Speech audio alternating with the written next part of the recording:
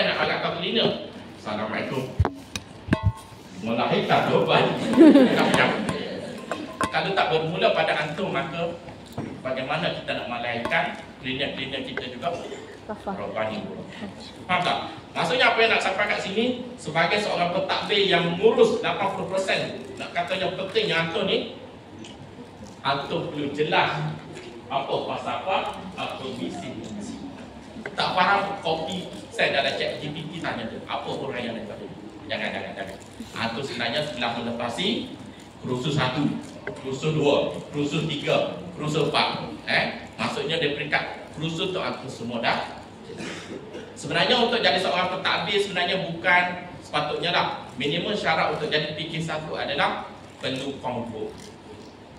Mungkin lepas ni kita akan buat satu cadangan dan sebagainya, supaya orang yang mentadbir tu perlu jelas kurikulum kafah tu apa, KSFA tu apa, dini tu apa, RPH tu apa.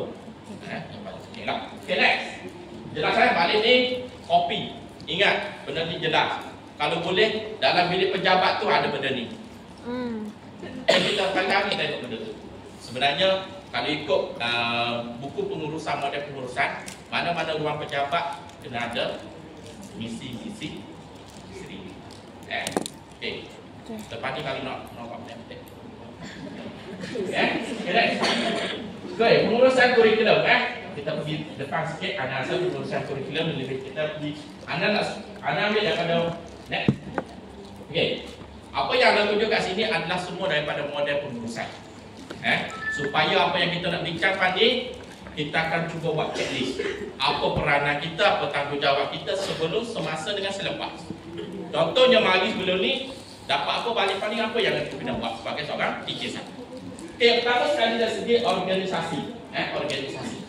Kat sini, biasanya di seriti kat sini anda yakinlah, kebanyakan semua ada 3 ataupun 4 elemen, betul tak? Mudik. Kalau untuk makluman antum lah, kalau peringkat sekolah menengah, kita panggil pengetua. Kalau SK lah. Kalau di peringkat sekolah rendah, kita panggil guru besar. Tapi di seriti kita panggil mudik dengan mu. Okey. Okey. Di bawah mudik-mudirah, tolong nama kanan, penolong kanan dengan penolong kanan kurikulum. Setakat ni anda yakin semua ada komponen ni dalam sekolah masing-masing. Betul tak? Jadi dengan kata lain, antum telah mempunyai sekurang-kurangnya 8 ataupun 10 orang guru ke atas. Kemudian anda tanya, ada tak seriti antum yang ada 20 orang ke atas guru? 30. Betul? 30, 40 ada ke? Ada? Berapa total sekarang? 46. Antara cadangan yang tanya besar tu 46 tu lebih kurang sekolah SK dah. Biasanya bila masa ada tak kelab guru dengan staf? Ada tubuh tak? Ustazah ada tubuh kelab guru dengan staf tak? Ada. Okay. Biasa 40 ni kita kena wujud dah satu komponen sokongan, iaitu kelab guru dengan staf. Fokus dia apa? Kebajikan dengan silaturahmi.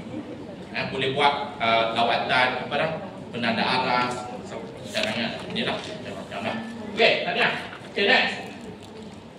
Okey. Sekarang ni anda nak antum keluarkan satu kertas. Paper. Kertas paper. Okey, keluarkan satu kertas ataupun apa. Boleh tak antum buat catatan ataupun antum telah tulis pengalaman antum kat sini? Okey, sebelum tu anda nak tanya, siapa kat sini dah fikir 2 tahun ke atas? Dah 2 tahun dah jadi fikir. Bila pula dah jadi pengetua? 2 tahun dah. Okey. Oh, ramai. 3 tahun. 4 tahun. 5 tahun. Tak jadi pengetua lagi